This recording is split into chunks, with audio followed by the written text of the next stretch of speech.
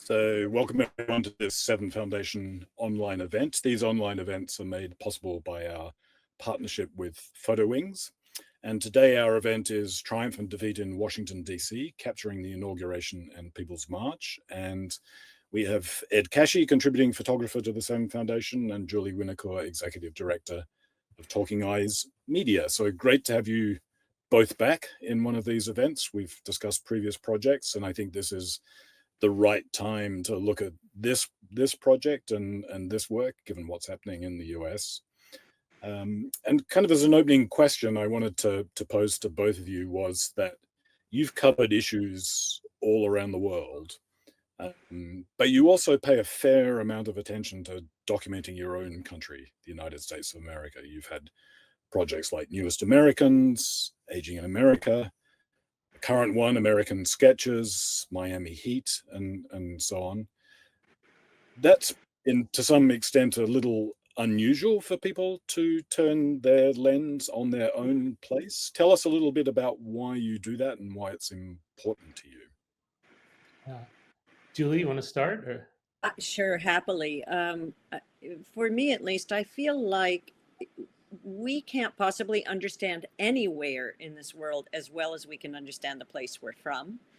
And I think it's really incumbent on us, and it's a responsibility that we need to fulfill in order to, make good on this promise, this contract that as journalists, as storytellers, that we are going to help people in this country see themselves more accurately, because there's a lot of disinformation, misinformation, siloed living. It's such a big country. I feel like journalists from around the world come here to do their take on America. And it just, for me, when I am thinking about traveling to other countries to work, I feel like in some ways I'm seeing still superficially compared to the people who live in those countries, in the same way that when journalists from around the world come here, sometimes see things very superficially, because it is a first take. And I have to say that's even the case, like we're working on American Sketches now. We just came back from Texas, from the border. And I think a lot about this idea that you can really be like a stranger in a strange land, even within your own country. And so even going to the border for us is like another country. And so the first trip we see one thing, the second trip we go another layer deeper, the third, the fourth, and it just keeps revealing itself in ways that the first visit, honestly didn't do justice. Yeah, and I'd like to add also, as both a first generation American and as someone who's had the privilege and opportunity to work now in over 100 countries, it makes me appreciate America more and more, and also now worry about it, because having the breadth of experience that I've had the opportunity to have, I feel the sort of preciousness of this country more and more. And now, especially now, as it feels some of its foundational elements are under threat, that's even more of a reason to sort of, on top of what Julia said, to sort of look at this place. Plus, it's a huge, fascinating country. It's a universe unto itself in a way. Yep. Yes, having lived in the US for 6 years in the 1990s, when things seemed a lot more normal and a lot calmer than they do now. That was even pre the Bush administration. It was nonetheless, coming from Australia, a complete surprise to learn that America, was not San Francisco, Boston, and New York, but all these other places in between, incredibly complex, incredibly different. and totally fascinating to try and encounter that.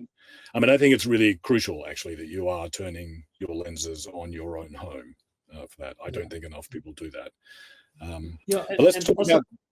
Sorry, I just wanted to add that another thing that has been happening for me, and the sort of George Floyd moment epitomizes this in the most contemporary sense, is that no matter how much I think I know, no matter how sensitive or how much knowledge I thought I had, whether it's based on the education I had plus my experience in life, I'm continually like realize like how little I do know, or how it can change because of recent events that shed new light or new perspective. So I think that's also part of the what's so great and what's so amazing about being a documentarian and a journalist and a storyteller, is that endless curiosity and sort of endless questions and discovery. Yeah. Mm-hmm. Yeah. So let's turn to this particular project that we're talking about today, the one you did with the second Trump inauguration. But set that up for us, because you were also there in 2016. So what took you to the inauguration in 2016? What was the project at that time, and what were you trying to achieve then? Yeah. So it's interesting. In 2016, it was Twitter. I got an assignment from Twitter to photograph it, and this is so technology based. So there was two producers with me, and we were uploading immediately from the phone and from the camera, and it all seemed so new and so fresh. The first Trump inauguration, it was not too cold, but it was sort of overcast, and it was a somber mood. And I mean, truth be known, it wasn't a very big crowd, and it was but it was still a bit intimidating and just felt dystopian. And then the next day, like whiplash, 500,000 people descend on DC for the Women's March, and so that was qualitatively, in so many ways, it was so different than what we experienced this past January.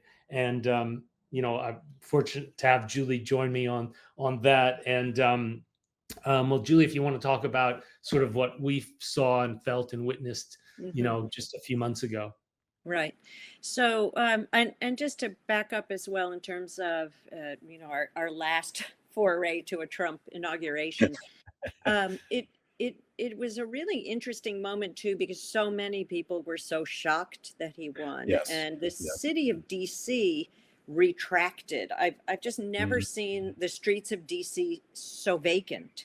And I think that there was it was a, oh my gosh, it's almost like after an accident when you're traumatized and you can't even speak. It had that feeling where everybody in DC, because it's a very blue city, so I shouldn't say everybody, but many people in DC were almost paralyzed. And so when the Trump fans descended on the city, there was a feeling of invasion. It genuinely felt that way on the streets. It was like you could tell who was from DC and who had parachuted in for this momentous occasion. And I've done work for many years now on trying to speak across the political divide. I have an ongoing project called Bring It to the Table, and it's all about civil discourse and how to engage with people you disagree with. And so I was recording some interviews on the Mall that day. And I remember one with a couple who had driven all the way from Texas. They'd never been to an inauguration. They were so excited because they finally felt they were going to be represented in Washington, by their their new president. And I said to them, there are a lot of people around the country who, when they hear the slogan, "Make America Great Again," it refers to a time where America wasn't so great for them. And that slogan is actually loaded for a lot of people. And they looked at me like, almost like, that's inconceivable. Like they said to me, we never thought of that. We just think it's such a positive idea. And so in terms of that whiplash, as compared to the Women's March, when it was like there was such a surge of energy, of resistance that came up because of this response to the trauma, the shock. Scroll forward, now to the 2025. People's March happened the day before a rally that Trump held, and then the day after the rally is the inauguration. People's March, it felt tired. It felt like a lot of people who had the wind knocked out of their sails. They felt so much progress had happened, and now they were being thrown backwards 100 steps. And so the slogans felt tired. It was kind of colorful, circus-like. I was thinking about these two events side by side, and Trump rally is more like being at a Worldwide Wrestling Federation match, whereas a People's March is more like a Mardi Gras. So they have a very different energy to them. But having been to enough rallies, like the rallies that are happening now, feel more energized than the People's March in DC, sadly. I think it was really more of an excuse for people to convene and say, we're not alone, we're not giving up, we don't know what we're going to do yet, but we're here, we're showing up. And then the crowd rally was much smaller. Much smaller. Like maybe 20, 30,000 people, I don't know. So significantly smaller. Yeah. Sorry, but no, that's fine. The strange thing was this rally day before the inauguration. That's an unprecedented event. We all know that Trump loves a good campaign rally, and he usually treats even, like his State of the Union addresses sound like campaign rallies. So that is where he thrives. He's definitely got that kind of circus carny energy about him. And so the whole rally and inauguration had that aspect. It felt chaotic, to tell you the truth. A lot of people showed up, but I don't think the numbers were nearly what they had hoped. They said that something like 220,000 people had signed up to go to the inauguration. That basically would just mean you would be standing on the mall or lining, the streets or whatnot. So 220,000 people. I would speculate that part of the reason that they decided to move everything indoors was not the cold, because there have been colder inaugurations. I think it was because it wasn't going to look very impressive. I think that probably, this is an administration that does everything made for TV. They are aware that it's less important what happened in reality on the ground, and it's more important how it appears through the media.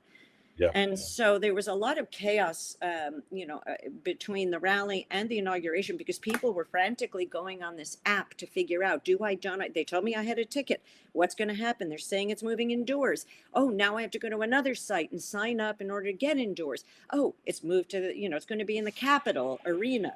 Now, it was a lot of this kind of jockeying to be present for this big event. And confusion. And so, as Ed said earlier, we were chatting, I stood online for 6 hours in snow and sleet with Trump supporters to make sure we had a place in line in case we were able to get inside to the Capitol Arena. The line was not moving. I think, again, there was something very contrived about all of it. In terms of making it look like the fans were there. They'd stay for 48 hours if they had to in snow and sleet, because they were that committed, So, and some would. Some would. Because it's that sort of cult-like following that he has. So Ed, set up for us the commission that you had this time. So 2016, it was a commission from Twitter, but this time it was a commission from Apple. And what were the terms of that commission? What did they want you to do and achieve? So this, again, it's interesting. It sort of reflects the sort of evolutionary step of technology, where this was for the Apple Vision Pro goggles. And thankfully, a week before, Julie and I broke down and went to an Apple store to, because we don't own these things, to, look at them, and it's incredible. It's an incredible experience. I will speak for myself that personally, this is the kind of technology that I'm not interested in, because I really want to be in the physical real world. I don't want to give that experience up. But in terms of the technology, in terms of the fidelity and the user experience, it's incredible what these things do. And what it enabled both of us to understand is, because the assignment was basically to do video, something like 70% video, 30% stills, but the technical specs of how I had to shoot is, I had to hold absolutely still, ideally for the video clips. They should be anywhere from 8 to 30 seconds. So it was really, and this was an assignment that was, while it was meant to be storytelling and somewhat journalistic, it was really confined by the technical considerations for the final usage. And then we also needed to get model releases, which Julie was, thank you so much for helping with that. But it also meant that, there were scenes that would be unworkable because we could never get releases for the people in it. So that, there were a lot of restrictions, if you like. But, that's just the nature of, I think, any kind of technology that records, where, you're always dealing with these restrictions, if you like, or that enable you to capture. And so, and with the stills, it was also like, I normally, as a still photographer, I dance around, I move a lot, but again, I had to be very still to capture images and video clips that would work in this context. So that's the sort of setup for how I needed to approach these scenes. And it was very interesting. Well, anyway, I think that's it for the sort of tech stuff. Happy to answer questions, more deeply as we move on. Yeah. Do you want to show the images and the video that you captured now, having done that setup, and then we can talk? I think that'd be great. Yeah. So Fiona, who is in the background, will bring up the still images. And like magic, there they are. So Ed, Julie, talk through those particular images, and then ask Fiona to advance. Well, I'll start, Jules, but again, it was sort of disappointing, the People's March. Again, it was a gray day, so from a aesthetic visual point of view, there wasn't great light to work with, to make it more dynamic or what have you. The vibe was pretty low key, as Julie said. Crowds were much smaller than 8 years ago. So I was kind of, trying to capture, but again, working in these technical confines, trying to capture characters. And part of our brief was to do also portraits, both still portraits and video portraits. Video portraits being, anywhere from 8 to 15 second clips where just the person is looking into the camera. So with the stills, I had a little more freedom to play around, trying to capture people, overalls, and some details. We can scroll through the stills, please. I'd like to actually just share a tiny bit more about these vision glasses, because I think it's imperative to actually put these on, to experience them, to understand how the imagery in the video might be used, because they really are game changers in that industry. The technology is phenomenal. They allow for peripheral vision, so even while you're immersed in something, you can see what's going on around you in the room. So unlike previous headsets where you're enclosed in a world and there is no world outside of what's in front of your eyes, these are much more sophisticated. They also allow you to use your fingers to point and move things, which is fascinating, that you would have that kind of, it's almost like Wii control, but it's activated by your motion. They are customized to your eyes. You do go through a whole setting process. But then the immersive nature of these is truly impressive. The fidelity is tremendous. The fact that you can actually shoot this on your iPhone and have something that is ready in these goggles is also like a streamlining of the technology that is leapfrogging forward. The goggles also have tremendous practical uses. So they're not just frivolous, like they're finding that they're using them for med students training to do surgery. They can, you know, that there are some uses that also, I think, really earn their, you know, the value of these goggles. It's not just toys, you know, toys for boys, you know. And girls. No. Does that mean, so I mean, obviously what we're seeing here are, you know, standard two-dimensional images, and we can't replicate that immersive experience, but you're shooting both stills and video. Can you immerse yourself in the stills through this technology? So can you go into this crowd and move around in this crowd in the technology? Is that the thing?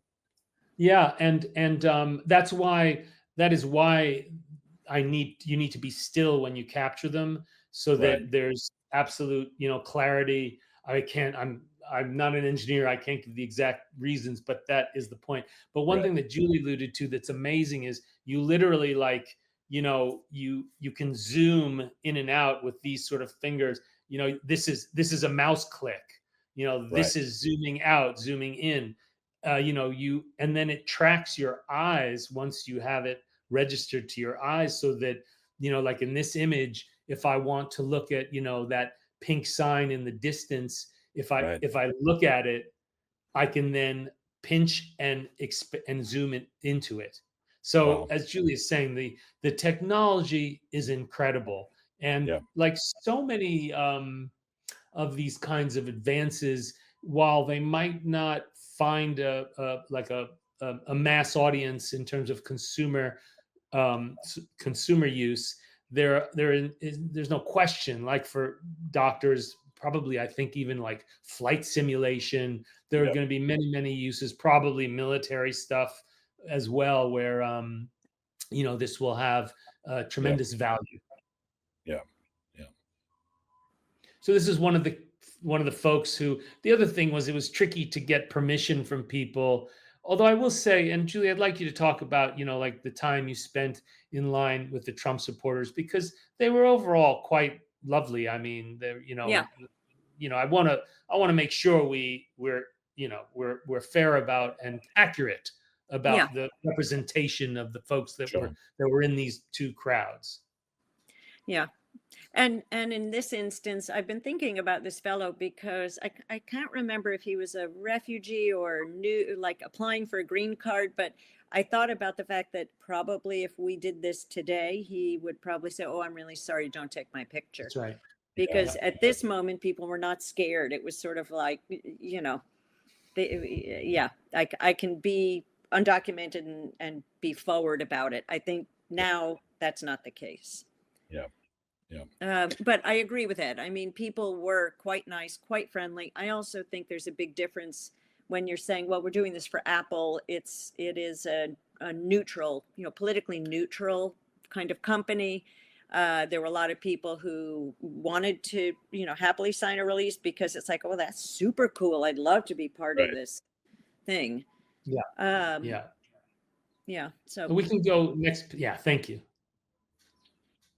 So just one more thing on the releases, because that seems different from if you were shooting a commission for, say, the New York Times, because would they require you to get releases in those places? It would be a public event. So no.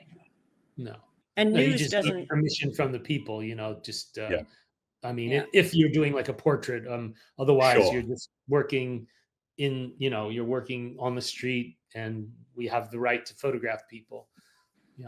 So in this case, because it was a private company, because it was Apple, they were much stricter about getting releases and official, informed, signed consent. Absolutely. Absolutely. Which really puts a pause on a natural moment. I mean, honestly, it's a buzzkill when you see something great happening. You know, it's like coitus interruptus. You're just sort of like, stop, ask, you know, do you have protection? Great, good, let's go.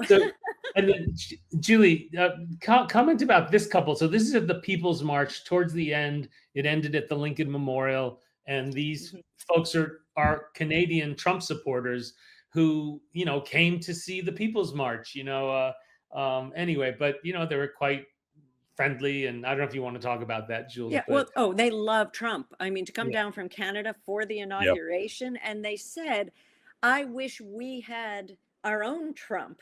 And it's funny because I've been thinking about these Canadian elections this past week. Well, the Canadians rejected their own Trump. I mean, they kind of had an opportunity to go in that direction. And I do wonder how they feel now, you know, with all the, Yeah. you know, the trade war stuff and whatnot.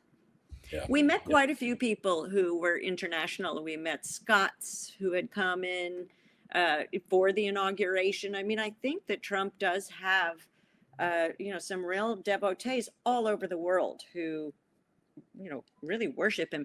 I mean, the other thing is we felt like in general, there is this kind of rock star moxie that he has for people. And, you know, the swag is everywhere. Everybody's decked out in their t-shirts and their hats, and you know, they want a piece of it. It's like a concert t-shirt, you know. yeah, Yeah. actually, yeah, like that. Yeah. No, there's no question he has, you know, and I think to a large degree, he had 14 years as a TV celebrity with The Apprentice, a show I never watched, but I think really that cemented his celebrity status at a time where celebrity has risen to you know, such an important degree in our society, certainly in, you know, American society. And so in a way it positioned him so well, mixed with his you know, brilliant use of social media and manipulation of the media, so that he has this cult-like status. You know, we were taking the metro, and this couple from Michigan were like, we heard that we can get metro cards with Trump's face on it. Do you know where we can get that? And you know, I just think that in my lifetime, maybe Obama came close to achieving that kind of status, but I don't, Yeah. you know, well, also he wasn't about milking the commercial aspects of his identity. But anyway, so that was a real like window into this other element of the Trump phenomenon, is this sort of cult-like status where, you know, people are willing to wait, you know, for hours in absolutely freezing, horrible, rainy, sleety weather just to get a glimpse of the man, as one person said. Interesting. Yeah. And then the flip side of that, of course, is that, you know, his talk about Canada as the 51st state flipped the Canadian election in the opposite direction and revived the Liberals, whereas the Trump Conservatives were defeated. And the same has just happened in Australia. A Labor government that looked like it was in trouble has absolutely won an overwhelming majority because the Conservative opposition was perceived to be more like or more closely aligned to Trump. So overseas, it's had the opposite effect so far. Yeah. Which also reflects, I think, how media, like journalism, is functioning properly, and that the stories about what he's doing are you know, scaring people, or they're concerning people, you know. So well, depending on what media you're reading, you know, yeah, we've also but been I mean, exposed to plenty of people who think this is honestly, he's heading us towards a new golden age, or that, you know, we talk to those people too who feel like he's finally, the country is back on the right track. We just heard somebody say that to us recently. You know, that, oh, you know, I was worried last year at this time, but now we're back on the right track. So I think we always have to be cautious about assuming everybody is reading the same content or listening to the same voices. Yeah. When we know that there's a huge partisan divide on that. Yes. Yeah. God, the conditions were terrible that day. Awful. And yet the people were just, you know, it was sort of, I don't know, I've never been to a Taylor Swift concert, but I felt it was probably a similar kind of, you know, devotion and desire to sort of see their star, you know. I also want to say something about the security measures, because it felt so militarized in DC this time. And I've never seen it.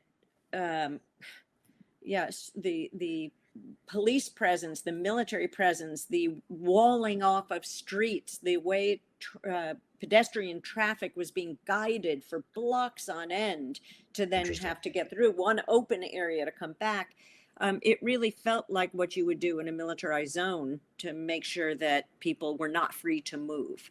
Yeah. Absolutely. Ed, did you find that the images that you had to make for the Apple Commission and the technical constraints of the Vision Pro goggles were images that you would have made anyway, or did you want to make, if you were there on another sort of assignment, would you have wanted to do different images? I think I would say different images. I mean, maybe there's a slight overlap, like an image like one that's up now where it's really about trying to describe the scene to document the scene of the weather and Trump supporters. But, I was actually surprised that Apple would even want this event covered, quite frankly, as well as the People's March. I was surprised, and I don't know if this material has been used yet, but I would be intrigued to find out how they hopefully they do use it, how they'll put it together, because it is political by nature, and for all kinds of folks it can be triggering. If you're a Trump supporter, it might be unpleasant for you to see the People's March and vice versa. But I would, to your question, I absolutely approached this differently. Absolutely. I would say a more neutral lens. I think that typically you would go into a politically charged situation with a bit more of a point of view in the way you are framing and who you're looking for. Are you looking to elevate, or are you looking to expose?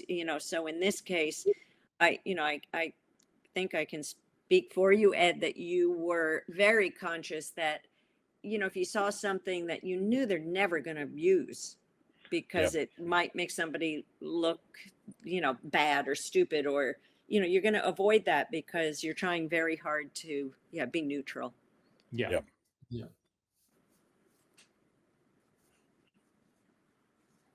Well, let's go through the rest of the still images and then we'll show the video. Yeah, and this was, I think, was she from Michigan? But this was another portrait, sort of someone who was happy, a Trump supporter that was happy to pose for us.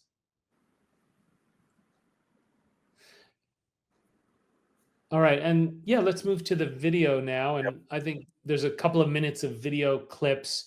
I think let's just play them, and folks who are watching, this is going to be a little slow, but if you could imagine, or if any of you have a Vision Pro goggles, to imagine sort of experiencing through these scenes, Yep.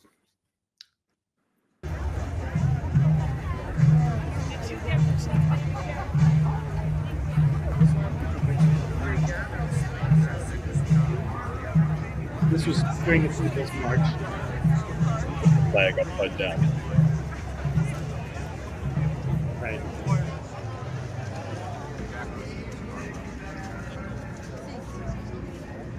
This felt like a scene out of the movie 1984.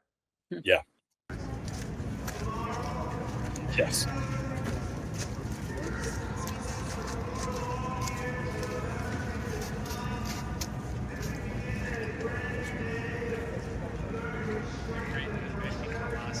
Greenland is ours. Canada becomes the first state. We're going to invade Mexico. I love that. Actually, I wonder if he's at his office right now. It's the EP guy I know. This is his office. You gotta contact Terry. I know. That's what I was going to say.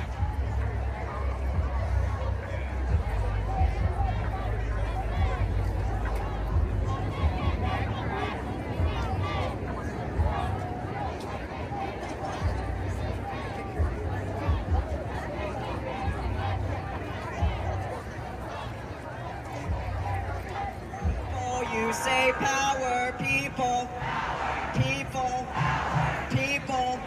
When I say black, you say power, black, black, When I say immigrant, you say power. Immigrant, immigrant, immigrant. As Dr. Martin Luther King Jr. said, injustice anywhere. Injustice everywhere. Whatever affects one directly affects us all indirectly. Our climate struggle will not advance unless we understand the class. While our people are bombed and abused and they die in the waiting room, we ain't waiting no more. We ain't waiting no more. One of the first things they come after in imperialist conquest is our culture. We know that culture is a weapon that defines the voice of the people. Dream Defenders knows that the DD Choir is just one example of this cultural revolution. We don't just want our freedom, we're gonna get it. So how does the audio work with these devices? I mean, is the audio on your video clips, do you think, going to be part of the immersive experience in the goggles? Yeah, absolutely. And I mean, again, you know, the iPhone audio, and by the way, we didn't mention this, but this has all been done in spatial mode, which is a new, I think the iPhone 15 and 16 are the ones that accommodate this spatial mode, which is specifically designed to create images and video for the goggles. So the video on the the audio on the iPhone it's adequate, but you know, like any fixed sort of shotgun mic, the farther you're away from the source, then the weaker it is. So there's virtually no control. By the way, the other thing in my brief was that the ideal distance to the subject was 3 to 8 feet. So I didn't do that all the time, but that was another element. And that's partly also for the audio. When you're in that distance, the audio is pretty clear. Right. Is that a distance that you would normally work at? Yeah, I'd say I'm more like 1 to 8 feet. Right. Closer range. I like intimacy.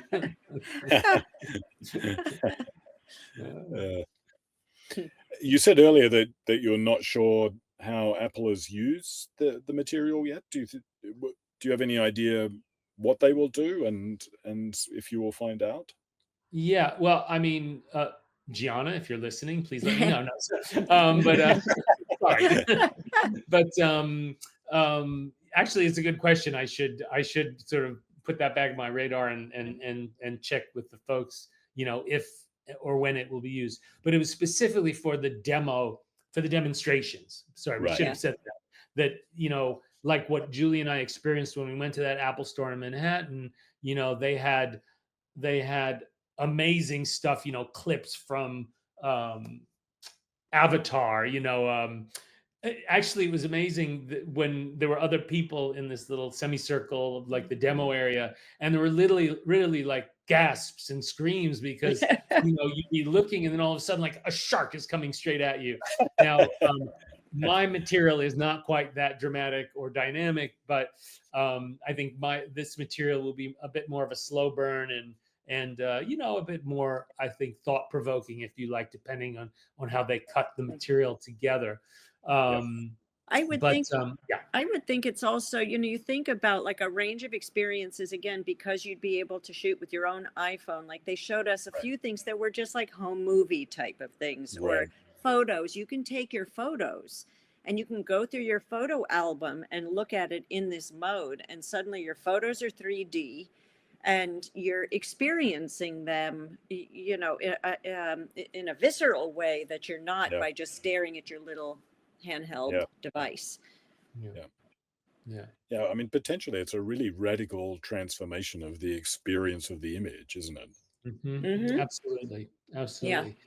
And our relationship, particularly our relationship to still photography, you know, which is always, you know, by its nature, a two-dimensional object that can still be so absorbing and deep in how it informs or you know, the visual stimulation, but you know, this is on another level where you can literally, you know, search an image now and go into it. There's actually a recent Black Mirror episode that sort of relates to that. But anyway, not the goggles, but this idea of entering a photograph and Right. walking through it. Right. Yeah. Did the experience make you think about other documentary uses of this technology? And did it leave you with the desire to try and pursue this technology for different documentary uses in the future? That's a great question. I mean, I hadn't really thought about that. But I absolutely could see it being a really interesting tool, particularly for things around like entertainment or but it could absolutely be. I think the issue for me are the constraints of the capturing.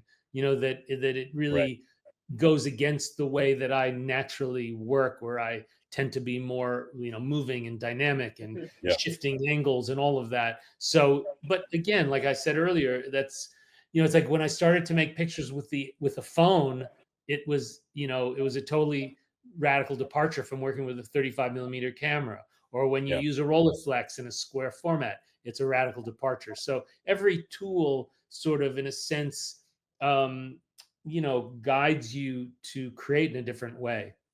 Yeah. Yeah. Julie, And we, yeah, well, no, yeah, we I was did gonna talk. say, as a filmmaker, do you share that same sort of, would you like to be using this for a documentary film at some point? So I see it being useful for, again, I think of immersive experience. So I think about Yeah. if you really wanted to bring someone to a situation so they could feel it. Yeah. I think it has great value in that regard. And, I did a big project that's part of a national touring exhibition called the Humanities Action Lab. And the mandate on that was environmental justice issues around, well, it was international. It started US and then had some international partners. And so for that, because I thought, well, if you're doing an exhibition about environmental justice, you want to bring people to the places that Yes. are toxic, because otherwise they're intellectually getting it, but they're not experiencing it. So that's the kind of thing that I think this would be useful for.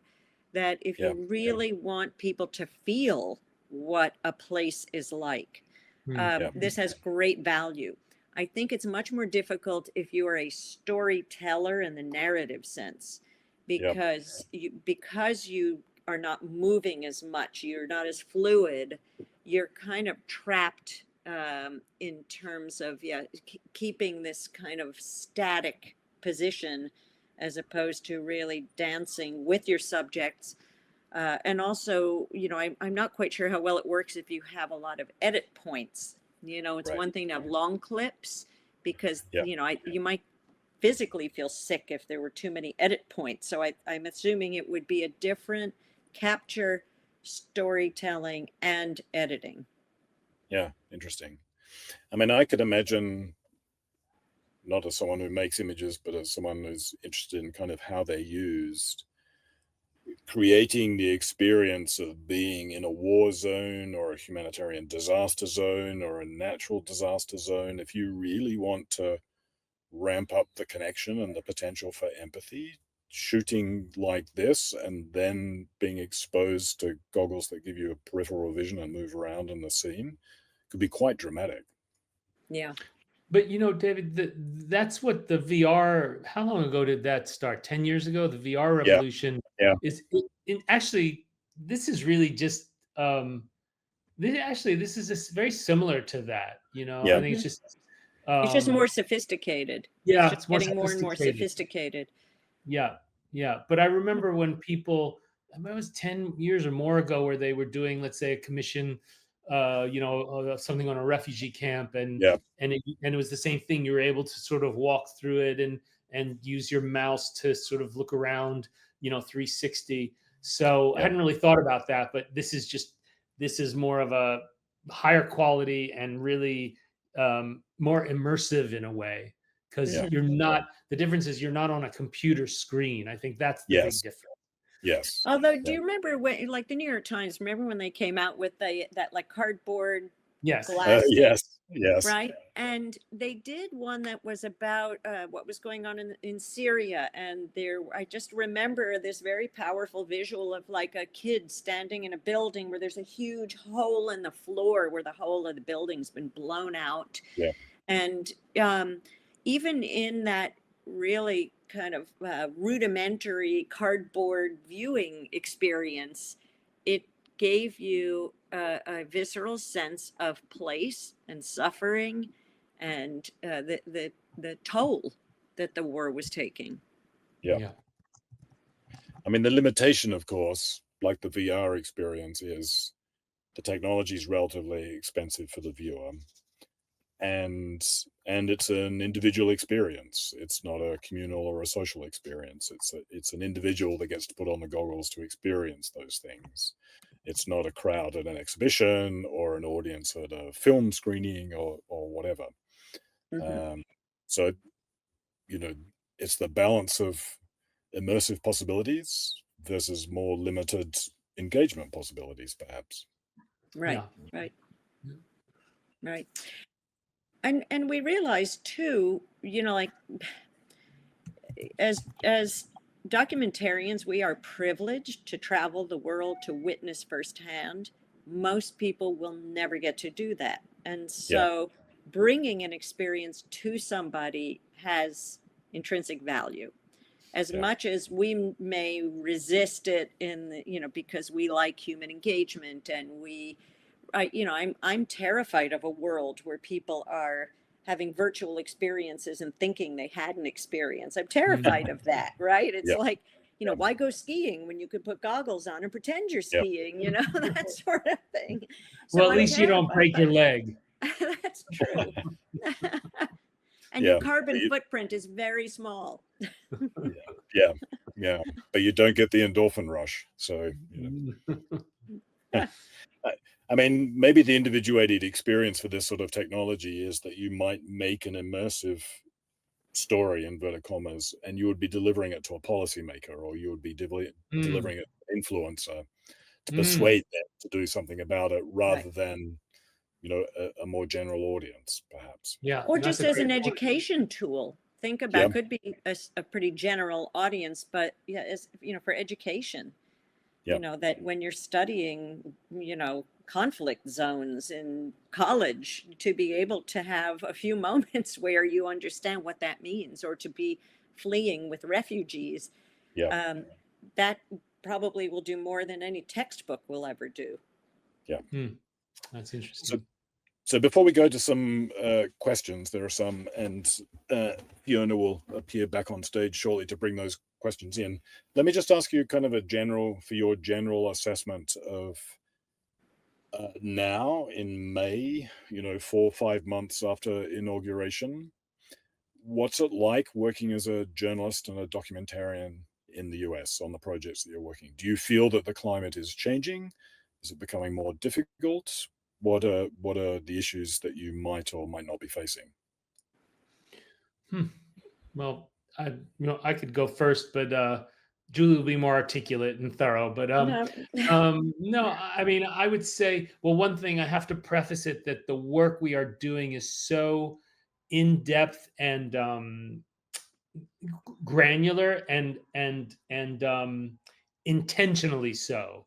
So we're going into communities and areas in America and going deep with people over a period of years, repeating, so that skews our experience, I think, as opposed to like if we're covering on the front lines, protests in New York City or in, what have you, and I did cover one of the hands-off marches in New York City about a month ago. And I remember we were gathering in front of the New York Public Library on Fifth Avenue, this grand building, and actually it was funny because on the back end of it was like Scottish Day, and so you had all these like Scottish bagpipe players and women and the dancers, and I was thinking this is going to be really weird if that converges with like anti-Trump, anyway, but then some guard said, oh, you're here for the People's March. That's on the other side of the building.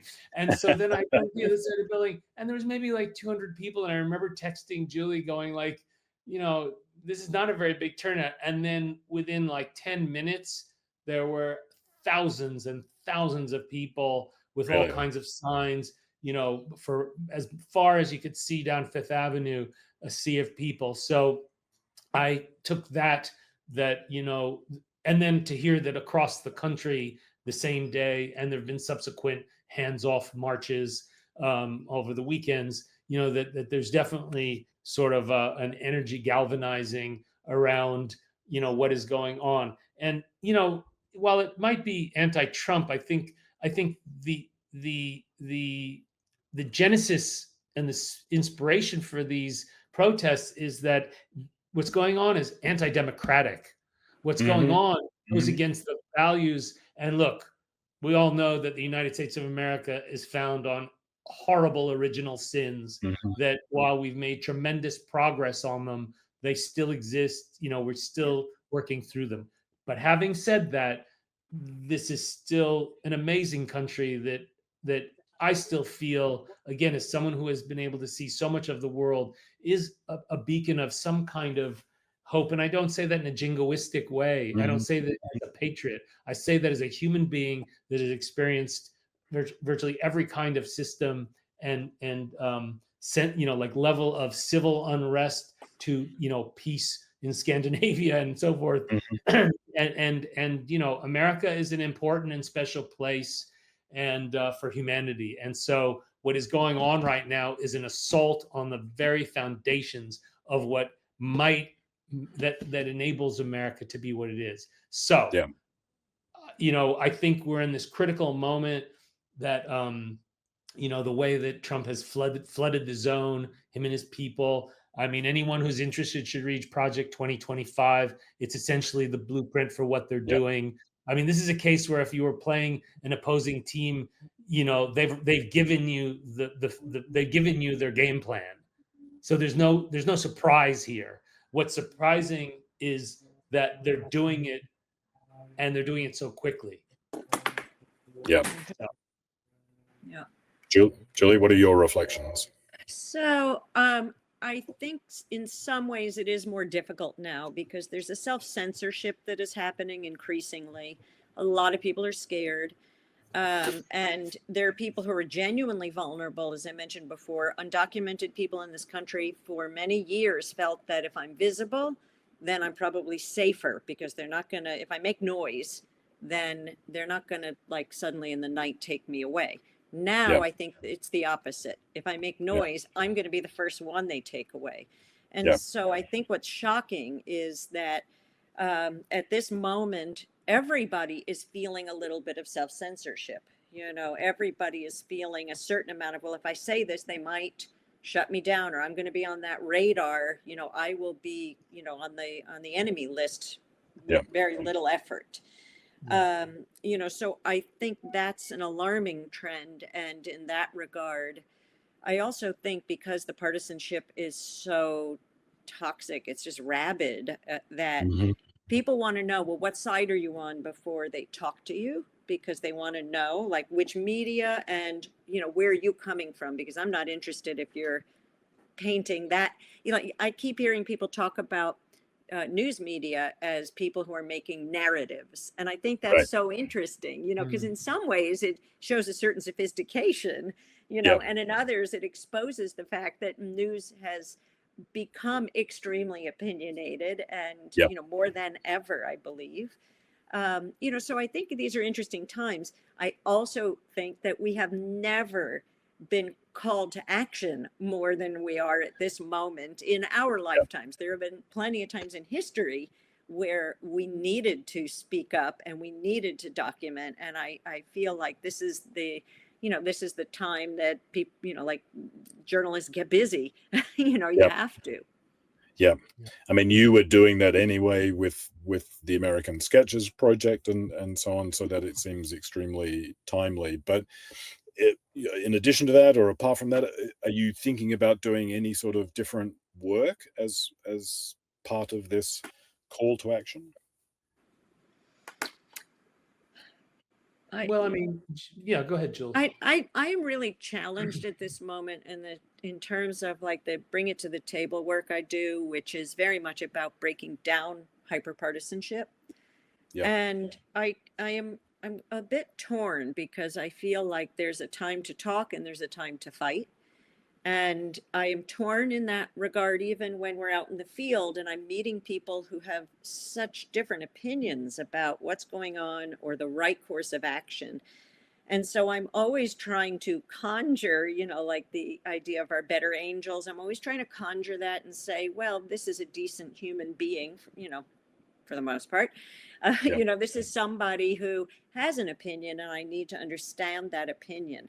It's just really difficult. Like I feel conflicted about like continuing wholeheartedly in that civic discourse space, because there are times where it's sort of like, wait, this is just not acceptable. When you start taking people's rights away, then in some way I don't need to engage with you on that same level playing field, so I'm conflicted. I can't say that this is a straightforward moment in terms of how to proceed.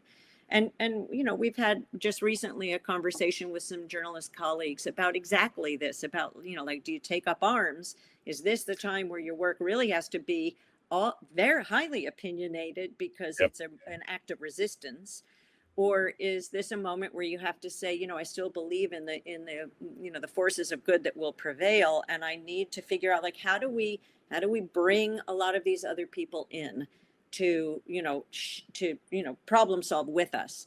And one thing I'll say about the inaugurations, like, I stood online for 6 hours with Trump supporters, and it was interesting because a lot of the people around me were not like diehard Trump supporters. I think it was more they showed up for a good party. They were young and they said, well, he said he was going to fix the economy, and the price of everything's gotten so high. You realize they weren't really paying attention to a much bigger story. They like him because he's colorful, because he's famous, because he speaks his mind. You hear that a lot. You'll meet people who are very single issue, the border, got to secure the border. But then if you ask them about other things, either they're not informed or they may not even agree with his policies. So I think it's a bit confusing and we don't fully have a handle on who they are, and nor do I feel like they themselves, like there's a big, there's that wide middle that a lot of those folks have fallen farther right at this moment, but I'm not sure that that's where they would stay. So I'm mindful of the fact, Ed, that you've got just a few more minutes with us before you have to move on to another appointment. So Fiona, who's backstage, will appear, my colleague, just to pose a couple of questions. So introduce Fiona, our Seven Foundation event coordinator, to the audience. You'll be seeing more of her in future events. Fiona, do you want to pose just a couple of questions that we have for Ed and Julie? Sure, not a problem. Okay, I'll just bring one up just now.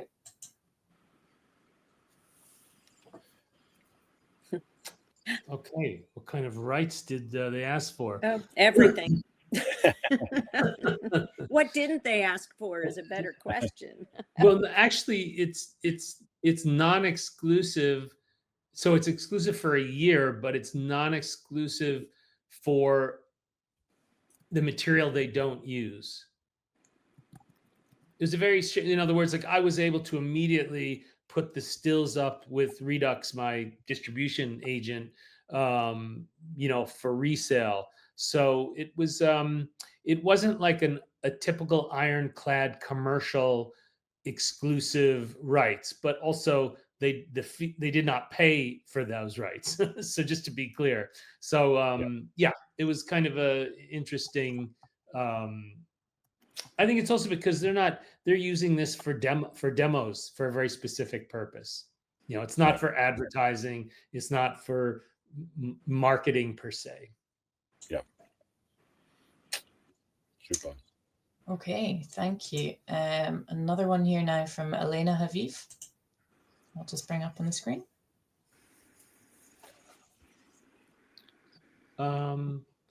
Yeah, that's an interesting question. I don't know, Jules, if you want to answer that. Well, I was at the hands-off rally. You weren't there in New York, so I can only speak to that. And I would say that there was a tremendous age range, but the preponderant, like it was definitely towards an older audience, towards an older group. Even though there were kids there and teens and so forth, I would say the majority of the people, at least at the rally a month ago in New York City, the only one I can attest to, like in person, was probably majority sort of people who were 40 years and up. Yep. Hi, Alana. First of all, it's great to see your name pop up. And Alana does phenomenal curriculum for young people, and I appreciate the question. Yeah. So I would say, again, like Ed said, age range was huge. Very excited to see that. So I don't know that it's skewed. I would say I don't think at the Trump rally I saw as many older people. I think we saw a lot of young people, middle-aged people, but I felt like it didn't skew as old. Whereas the People's March, you definitely had the older contingent who, are like the civil rights fighters who are still showing up. Yeah. Fiona, maybe time for one more? Yeah, we've got one more here. I'll just bring up.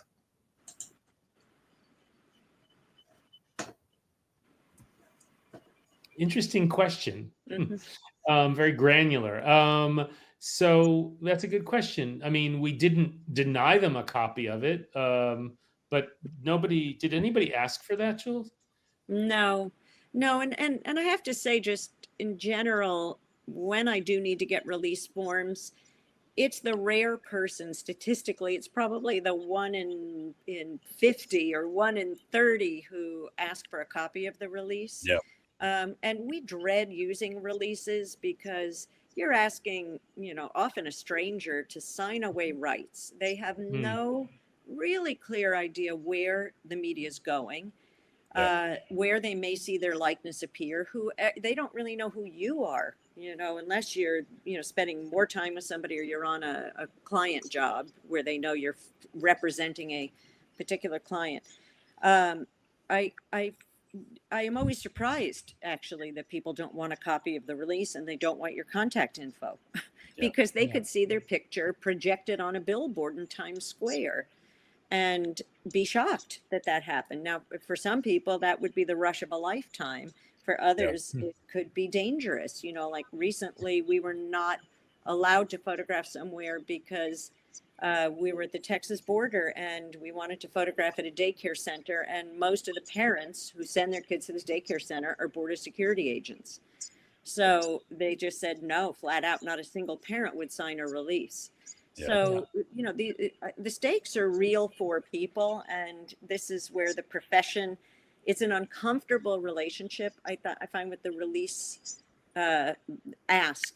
Because it is not a light ask of people. You try to make light of it because you want people to say yes, and on the flip side, you can't guarantee somebody that their image won't appear somewhere they'd rather not have it. Yeah, definitely.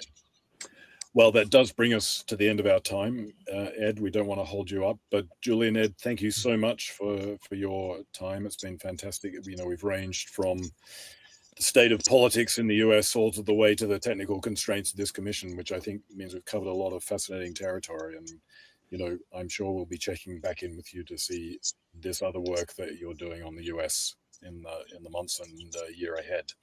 So thank you very much. And thank you also to the audience for attending and for the questions. And we will see you in another event in a couple of weeks' time. Thank you. Thank you. Take care, folks.